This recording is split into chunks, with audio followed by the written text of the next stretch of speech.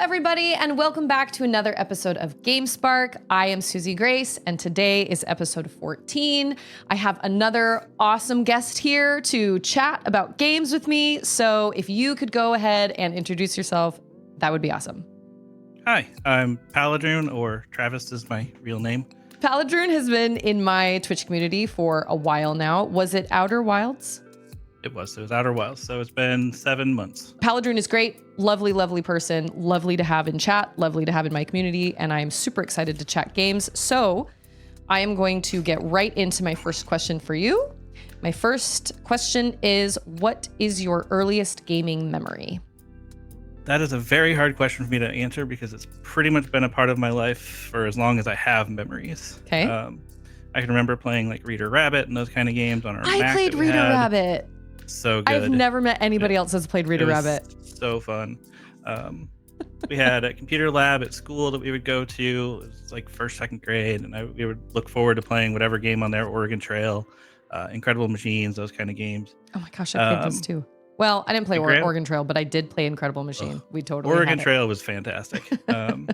For whatever reason, it sticks with you for some reason. It's one of those. And then my uncle and my neighbor both had NESs, so I would go to their houses and play. The neighbor was Mario. My uncle was like Legend of Zelda. Never beat it at the time, but still. And then various memories around like the house playing Odyssey or Atari, Game Boy, Super Nintendo. Was kind of the first console that we got. This one right here. You have it, the original. I have it, the original. Oh my gosh, does it still work? Yep, it does. Yep, Yeah. I used to use it for the speedrunning I used to do, and some streaming. That is crazy. Oh my gosh. So you have lots and lots of memories all wrapped up. It's been a part of your life for a long time. Since, like I said, as far as I have memories, so I don't know which one of those came first. So those were the 3 or 4 things that it doesn't really matter because if they all come together. I mean, it's funny that you mentioned Reader Rabbit, because when I was writing these questions down, like when I was thinking of these questions, in my head, I was thinking console games, because that, I don't know, for some reason, like we were a console family. But my gosh, I played Reader Rabbit. I played Incredible Machine. I love that. So many games. Yeah. Oh, yeah. Okay, so my next question for you is, what is your spark game? The game that kind of started you, like that you just knew you loved games? Well, there's 2 answers to this question. Okay. The first one is Legend of Zelda, Link to the Past, and Final Fantasy II in the US, Final Fantasy IV. Okay. Those were the ones that I really got into as a kid. Nice. I played them all the time, over and over again, to the point where I don't even remember learning how to play. I just remember always playing them. Okay. The other one is The Last of Us, specifically Part 1, because it turned my experience of gaming kind of on its head. It taught me that there's a lot more emotion that can go into the game. Yeah. Since then, I've been a lot more story focused in my gaming selections than gameplay. Okay. So, kind of 2 different sides of the same coin. Yeah, that makes sense. When was The Last of Us released? Was that PS4 or was that PS3? It was on PS3, right about the end of the PS3's life. So. Oh wow. Okay. And what, 10 years? It's been a while. Like that. Been a very long in time. Gaming years, that's like ancient, right? Oh yeah. It's considered retro at this point. Yes. It's been re-released so many times. The only time I haven't bought it was on Steam, but that's gonna happen soon, I think. So you own every copy? Yep. I have it on PS3, PS3 remastered, PS4, PS4 remastered, PS5 upgrade. I have soon Steam, I'm sure. But I mean, it's your Spark game, so. Oh yeah. You have to have one of the special ones. Yep. Yeah, that is one game I have not played. I own it. I got it on a Black Friday sale with my PS4, but it's too bleak and sad and gross for me. Ugh. Yeah, it's just. I don't know what you know of the game, but I think you're kind of understanding it. Yeah. It's not about zombies though. It's about the world. It's a game story that takes place in the world of zombies, but the zombies aren't a real part of it. But the story is ridiculous. Yeah, I've heard it's a masterpiece. I can't bring myself to do it. It's not for me. But everybody else seems to love it. I could support that decision for a great many reasons, all of which are spoilers. I would be happy to talk about that another time. Off camera. Yes. We will talk about spoilers because. If you want to know. Okay, those are all excellent games from what I understand. I haven't played Final Fantasy. What did you say it was 3? That one is Final Fantasy 4, released in the US at the time as Final Fantasy 2, and those were the original cartridges that I had as a kid as well. Those were actually the originals. That's amazing. Yes. That's amazing. And I know I mentioned this before we started, but I used to speedrun it. So this is A Link to the Past, the Japanese version. Oh, this is Japanese. specifically 1.0, the very first release, because it has certain things that work for speedrunning. Oh, so I just okay. thought I would show that too. I know it's a little off topic, but No, I thought it was that's an interesting little cartridge. Not off topic. Are you kidding? That's really cool. My next question for you is, what is the first game you played and beat all by yourself? If we don't mind counting a strategy guide, Final Fantasy VII. Yeah. Final Fantasy VII, really? I love It's that. the first one I can remember getting through all the way on my own. I say strategy guide is fine because I think I mentioned this in somebody else's interview, but there's a difference between like a strategy guide and still doing it yourself, or taking the controller and like handing it to someone else and being like, hey, beat this boss for me, or do this puzzle for me. So I say that works. I say that counts. Yeah. Absolutely. My family would help me beat the other games, and I can never remember sitting through and playing through like 2 and 4 without some help when I was a kid. I'm sure between then and 7 I beat them on my own, but I'm counting first beats here. So Final Fantasy VII is probably it. That's a great game to be the one that you beat on your own. That's amazing. That's great. Yeah. I didn't comprehend the story very well. I struggled with reading comprehension. I didn't get the story for a while. I don't struggle with reading comprehension, and I still struggled with the story. So that just goes to show you that it's very text heavy. I missed a lot of details. I've had to play it over and over and over again to really like connect. Yeah, it took me like 30 days to beat it. I remember going in gym class. For some reason, I remember this so vividly, but I was in gym class talking to some friends about it, and they just couldn't believe I beat it already. I don't really know why, looking back on it, but because I had a lot of time to play as a kid. But yeah, it was about didn't a month. we all? Yeah. Like, they didn't believe me. It was so weird. 30 days. I don't think I could beat Final Fantasy VII in 30 days. Maybe. Yeah, you probably could at this point. Depending on how deep into it you go. Oh, well, yeah. And like if I played on the Switch where I can like speed it up, I think that's impressive. I think that is very impressive. My next question for you is, what 3 games have impacted you the most? Link to the Past. It was the first one that got me into the Zelda series, and I just absolutely loved the Zelda series. Similarly, Final Fantasy IV for the same reason, but Zelda's a little bit higher in that regard. The Last of Us, again, it was the first game and one of the deepest and most emotionally charged games I've played. Mm-hmm. So it really stuck with me, especially if you add in part 2. I was going to ask if you've played part 2. Oh yeah. And then, probably no surprise, Outer Wilds. It was so incredibly unique and thought-provoking, and it kind of blindsides you with the story because you don't know what's going to happen. You've got these my characters that you are just reading from, and you learn so much about them, and you connect to these characters you've never actually really seen, short of their bones. But yeah, so those are the 3. Those are the 3. Those are a great 3. When did you play Outer Wilds for the first time? Did you play that on PC or did you play that on? Yeah, I started on the Xbox on Game Pass a few times. I couldn't get into it. Somebody that I follow and used to talk to on the Zelda speedrunning community, I would see him tweet about it as I play Outer Wilds. And so I'd give it a try. It took me 3 or 4 I got a Steam Deck, and it was the first game I played on the Steam Deck. And it was, I guess we went home in 2023. I beat it just before then, so it was late 2022. Oh, so it was really recent then. It was quite recent. I mean, I've only played it for the first time, what did you say, 7 months ago? About 7 months ago. So it was recent for me too, but yeah. So I've been on a binge since then. I cannot get enough, and just watching other people play it gives that spark again. So I've seen so many people play through it since then. It's the closest you can come to replaying it yourself, because you want to relive that, but you can't do that for yourself. So the best way is to watch somebody else experience it. Yep, it's the closest you can get.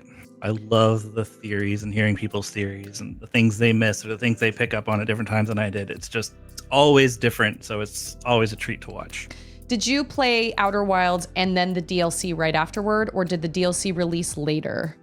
I played the DLC right after. Okay, that's probably the best way to do it. I was scared off my bottom the whole time. Yes. I'm easily terrified, and I turned on the reduced frights, and then once I learned what to be afraid of, I just went head first into them like 20 times. Yeah. So you could desensitize. And yet you love The Last of Us. Oh yeah. So I was terrified, and I still have parts of The Last of Us that terrify me. I have yet to be able to replay part 2 for a variety of reasons. All right. So my next question for you is, have any games made you cry? Yes. Final Fantasy VII, for spoiler purposes, since it's coming to light with the remakes and stuff, I'm not going to say specifically which scene. You know which scene. I do know which scene. Who have played it know which scene, so I won't say more than that. Let's see. Last of Us. Absolutely. And I'd be doing a disservice if I didn't also mention a game called Last Day of June. Last Day of June? Last Day of June. I'm writing this one down. Tell me about it. It's a 3-4 hour game. The art style isn't for everybody, so look at some screenshots, or I can send you some. Yeah, it's like very short, very powerful game. I absolutely recommend it to anybody, especially if you're looking for a bit of a cry. Not everybody will cry from it, but once you kind of figure out what's happening, it gets real interesting. But it's not very long. There's sort of a time loop element to it. Okay. It's one of those games I can't talk about too much because it's so short, and there's a lot of things there's not a lot of things to spoil, but there's one major thing, and it kind of engrosses the whole game. So that's about as much as I can say. Okay. There's a trailer on Steam and stuff. I kind of recommend not watching it, to be honest, but I say that with inside information at this point. That's fair. But it's worth looking at the pictures see if the art style is up your alley. You could probably get it done in 2 or 3 streams. It's not very long. Okay. But it's sad. It's so good. Yeah. Mm-hmm. I have never heard of Last Day of June. So every time I interview somebody, I always am given a game I've never heard of before. And that's one of the things I love about talking to people about games. I got it in a Humble Bundle. I didn't know what it was. And I just was like, okay, I'm going to check this out. Played right through it, like 2 nights, 1 night. And you were wrecked. Couldn't put it down. It was so good. Okay, well, if I ever need a cry... I'm a pretty emotional gamer. I get pretty emotionally attached to characters. I get pretty emotionally attached to situations, and it's no different than a book or a movie. Yeah, exactly. And I would argue it to an extent. I mean, it's more than a book, kind of, because you're playing it. You're more invested. So I think crying to a video game or being emotionally charged in any reaction to a game is appropriate and the way it should be, because it means you're invested, it means you care, and it means you're interested. It's a good thing. Absolutely a good thing. Yes. And I don't necessarily get the tears as much, but same concept. I know the feeling, so I know. Well, yeah, and a video game doesn't have to make you like ugly cry to affect you, because I feel like I played Horizon Zero Dawn, and I don't feel like I don't feel like I played it. I played it. I don't think I ever cried in Horizon Zero Dawn, but the story stayed with me for weeks after I finished it. I had the hardest time kind of wrapping my head around it, and it was such an intense story. I had a really, really hard time letting go. That was one of those games I had a really hard time. That was one of those games I would just kind of boot up and just kind of run around because I wasn't quite ready to let it go yet. But I didn't really want to do like the quests that I had left, but I was like, I'm not ready to let this world go. I'm not ready to let these characters go. So you don't have to, a game doesn't have to make you like cry, ugly sob to affect you. But all those games you mentioned, I definitely can see all the emotions behind them all. Like I said, haven't played The Last of Us, but I know kind of the storyline, kind of, sort of. Probably not. You're like, yeah, no, you don't. You don't have any idea. I think you probably know more about the story itself, but there's some things along the way that you just don't know. Yeah. And it will probably not be a game for me, but that's okay. I appreciate the artistry behind it, and that what blows my mind about The Last of Us is that it was made by the same people that did Jak and Daxter. Mm-hmm. Yep. It's an interesting story, but they know how to tell it. They know how to tell it. Retell it and retell it between all the re-releases I was going to say, to which you have all of them, almost all of them. You'll get there. Yeah, if you don't play it and you ever have HBO, I think it's worth watching the show. Okay, so my next question for you is, what are your top 5 games? So, Last of Us. But when I say Last of Us in this context, I mean Part 1 and 2. They do not exist separate from each other. And they kind of cannot. Is this in order? Or is this just no particular order? Yep. This is one top to the bottom at this point. But I mean, my top to bottom spread is like the difference between 10 or 100 and 98. They're all real close to one another. Outer Wilds. Next is City Skylines. I love city builders. So I can get lost in that game for hours. It's one of those games that just really keeps the mind going. And that's something I really like, because my brain is running a million miles an hour all the time. Something that engages my brain and makes me think about what's going on. It helps me get a new perspective. It helps me relax more. So City Skylines is great for that. Kind of another cheat answer. Final Fantasy VII, the Saga. So we're talking original, Crisis Core, remake, rebirth. Oh, okay. I was like, wait a minute, what? Okay, so like all things Final Fantasy VII. Okay. The story as an absolute whole. So good. See, and I've only ever played the Final Fantasy VII original, and then Final Fantasy VII remake and Final Fantasy VII rebirth. Yep. Okay. Right. Specifically, you should play Crisis Core Reunion at this point. It's really the same game, but they made a few minor changes, especially towards the end. There she is. She's like, I agree. Yep. She needs to go for a walk, but obviously can't do that here. So yeah, it's gonna blindside you with some of the things. It's got some really cool moments. It adds some context to some stories. There's a story behind the Buster Sword. Oh, okay. That you learn. It has a lot of context. It's really short because it was made for the PSP, so it's not that's what super it was made intensive. For. Yep. Okay. So not very intense. There's the whole side mission thing you can do with, like, I don't remember how many, tons of them. I did 50% of them and I stopped. They're entirely optional. All right. There's a lot of content if you want it, but story-wise, 20 hours. Okay. Ish. All right. And last but not least, of course, A Link to the Past, Final Fantasy IV. Mostly because of the nostalgia factor. I can sit and listen to the music and re-experience those games over and over and over again. That's why I play them both randomized. Yeah, because that's like a new... I mean, you can't ever experience games for the first time ever again, but it seems like with randomizers, you can kind of sort of get that same experience. So you play both of them with randomizers? Yep. Nice. Link to the Past randomizer specifically has gone through some great development. I was there since the beginning, and I helped debug and fix some bug in the code in the very first version. Mm-hmm. It's since been rewritten a million times over. So I've been around that for a very long time, and I really love it because it tests my knowledge of the game so much. Yeah. I'm really bad at Final Fantasy IV because I don't know that one as well, but I'm being forced to learn it by doing the randomizer. So really fun. Okay, so my last question for you is... why do you like playing games? It gives my brain something to do. It keeps me from running off in tangents in my head. And of course, they're fun. It's not just like a distraction. Movies, TV shows all get real predictable because especially when you're like me and I'm sitting there always anticipating what's going to happen next. Games follow certain formulas, but games can get a lot more out there than a TV show tends to. So if I find a good TV show, though, I'm in it for the long haul. It's just very hard for me to get started on them because I start realizing that what formula they're following, and then I just get bored with it, and I start playing around on my phone or Steam Deck or Switch or whatever. So games just help keep me engaged more than most other media. That makes sense. Here's a question. Yeah. Do you feel the same way about formulaic games? Like if you notice that they're falling into a formula, if you're watching a movie or something or a TV show and you start to kind of lose interest, do you feel that way about games like Zelda, which have a lot of the same formulaic builds? or do you still enjoy them all?